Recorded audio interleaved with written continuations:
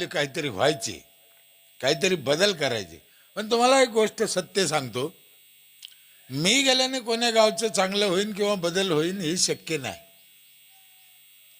आम्ही तुम्हाला सांगू शकतो, आम्ही तुम्हाला टीप देऊ शकतो, करणं तुमच्या तुम्हाला आहे. बरं तुम्ही कोणाचंच ऐकत नाही, माझं ऐकता का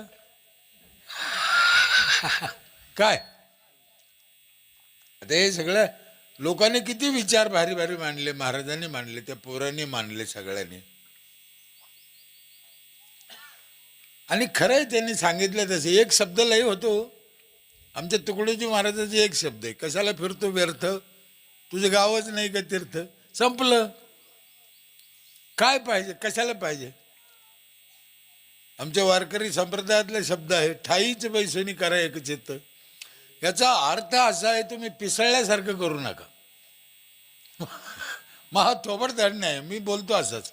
तुम्ही जिथं आहे तिथंच नीट काम करा ना. काय तुम्ही जरा माझ्याकडे बघा, तुम्ही काय आहे माझं एक ग्रामपंचायत सदस्य, ही काय लय मोठी गोष्ट आहे की? पण ठाईच बैसोनी तिथंच केलं 25-30 वर्ष काम. पिसळल्याने नाही झालो, पंचायत समितीला नाही उभं राहिलो, जिल्हा परिषदला नाही, कोणा संघटनेचा सचिव नाही, अध्यक्ष नाही. हेच काम आहे बाबा. आणि काहून म्हणजे कोणाला दुसऱ्याला नाव नाही ठेवायचं मला.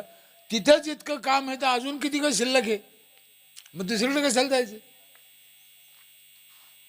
माझा एक स्वभाव आहे, कोणतंही काम करायचं तर मन लावून करायचं, परफेक्ट करायचं आणि त्याचा तुकडा पाडायचा.